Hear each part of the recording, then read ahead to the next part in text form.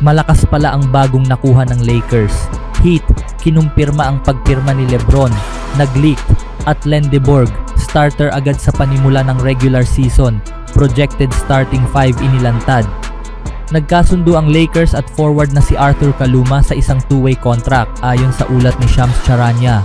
Kailangan pa ring magbakante ng roster spot ang team sa pamamagitan ng pag-waive kina Chris Manyon aka Okereke o Peter Suder, ngunit pinagtitibay nito ang inaasahan ng marami matapos ang kahangahangang ipinakita ni Kaluma sa Summer League. Siya ay 24 years old, may taas na 6'7", timbang na 225 pounds at may wingspan na mahigit 7 feet.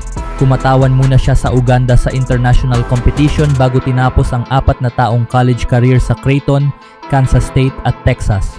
Hindi siya na-draft noong 2025 NBA draft kahit nagtala siya ng averages na 12.3 points, 7.5 rebounds at 1.8 assists sa loob ng 29.3 minutes bawat laro para sa Texas. Nag-ambag din siya ng 1.8 stocks habang nagtala ng 46.2% field goal, 35.9% 3-point at 78.4% free throw shooting. Si Kaluma ay unang pinirmahan ng Lakers sa Exhibit 10 contract noong 2025 bago na waive, ngunit ipinagpatuloy ang kanyang development sa South Bay Lakers. Sa kanyang unang buong G League season, nag-average siya ng 13.8 points, 4.6 rebounds, at 37.6% sa 3-point shooting, bago lalo pang humanga sa 2026 Summer League sa 18.6 points kada laro, kabilang ang 34-point performance laban sa Mavericks. Dahil dito, nakakuha siya ng two-way contract. Ang kanyang pinakamalalaking lakas ay ang NBA-ready na katawan, athleticism, defensive versatility, rebounding, transition scoring, at patuloy na pagbuti ng kanyang 3-point shooting. Epektibo rin siyang umatake sa rim at may potensyal bilang isang 3-and-D forward na hindi nangangailangan ng maraming bola sa opensa. Gayunpaman, kailangan pa niyang patunayan na kaya niyang mapanatili ang mahusay na 3-point shooting sa mas malaking sample sa NBA. Bagamat kaya niyang magbantay ng maraming posisyon, hindi pa siya elite perimeter defender laban sa mas maliliit at mas mabilis na guards. Inaasahang gugugol siya ng malaking bahagi ng season sa South Bay Lakers habang patuloy na nadidevelop, ngunit maaari siyang maitaas sa NBA roster kapag kailangan ng Lakers ng dagdag na laki, depensa at athleticism. Ang kanyang pangmatagalang kinabukasan ay nakasalalay sa consistency ng kanyang outside shooting. Kung mapapanatili niya ang humigit kumulang 37% mula sa tres habang naglalaro ng solidong depensa, may tsansa siyang maging regular na bahagi ng rotation ng Lakers. Sa sumunod na balita naman, hindi nagbigay ng paunang pahiwatig ang isang video sa YouTube na pipirma si LeBron sa Miami Heat. Nitong araw, nag-post ang Heat ng isang naka-schedule na video sa YouTube na may pamagat na LeBron James Introductory Press Conference na nakatakdang lumabas sa huling bahagi ng buwang ito. Dahil hindi pa inaanunsyo ni James kung saan siya maglalaro sa susunod na season, mabilis na kumalat ang iba't ibang espekulasyon sa social media. Kalaunan, lumabas na ang naturang video ay isa lamang pagkakamali. Ayon sa isang tagapagsalita ng Heat na nakausap ng Miami Herald reporter na si Anthony Chiang ngayong araw, ang video ay aksidenteng naisapubliko ng social media department ng team. Inihanda umano ito bilang paghahanda sa posibilidad na piliin ni James na sumali sa Heat ngayong off-season. Wala umanong katotohanan o anumang opisyal na batayan ang video. Hindi indikasyon ng nalalapit na anunsyo ang lumabas na YouTube video tungkol sa kanya, dahil karaniwan lamang na naghahanda ang mga NBA team ng content para sa mga posibleng bagong players. Matapos i-anunsyo ni James ang kanyang pag-alis sa Los Angeles Lakers, naging sentro siya ng usapan bilang free agent, kabilang ang Miami sa mga teams na may tsansang makuha siya, at sinabi ni Team President Pat Riley na bukas silang tanggapin siya pabalik.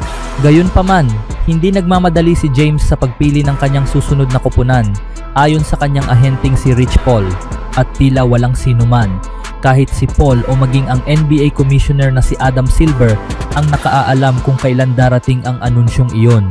Wala silang alam, ani Paul. Kahit ako, hindi ko alam kung kailan niya gagawin ang kanyang desisyon. Maaaring sa loob ng 48 seconds mula ngayon, maaari ring 48 minutes, hindi ko alam. Hindi mo mapipilit ang isang tao na malaman ang isang bagay na hindi pa niya alam. Kaya ngayong napabulaanan na ang pinakahuling chismis, patuloy pa ring naghihintay ang lahat sa magiging pasya ni LeBron. Sa huling balita, hindi na sana mas gumanda pa ang naging pagtatapos ni Axel Lendeborg sa kanyang unang Summer League stint. Pinangunahan niya ang Warriors sa panalo laban sa Grizzlies sa championship game matapos magtala ng 21 points, 10 rebounds, 2 assists at 2 steals. Dahil dito, nakuha niya ang championship game MVP at tournament MVP matapos mag-average ng 14.8 points, 7.2 rebounds at 4 assists sa 6 na laro sa Las Vegas. Bagamat hindi katumbas ng regular season ang Summer League, mahalaga ang magandang ipinakita ng player dahil kulang ang Warriors sa wing position para sa 2026-2027 season.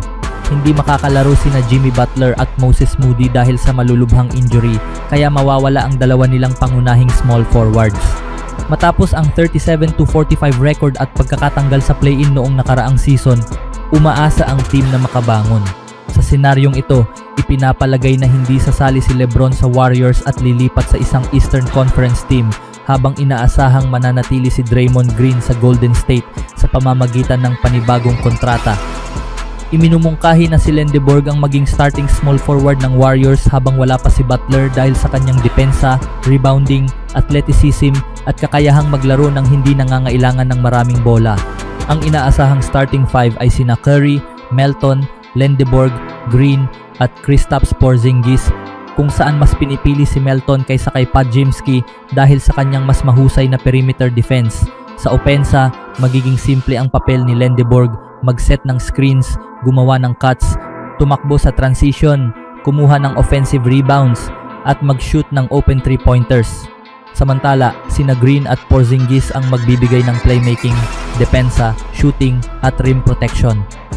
Si Podziemski ang inaasahang magiging sixth man at pangunahing playmaker ng second unit habang sina Will Richard, Gui Santos at Al Horford ang bubuo sa pangunahing bench rotation. Si Charles Bassey naman ay gagamitin laban sa malalaking centers o kapag kailangan ng karagdagang rim protection.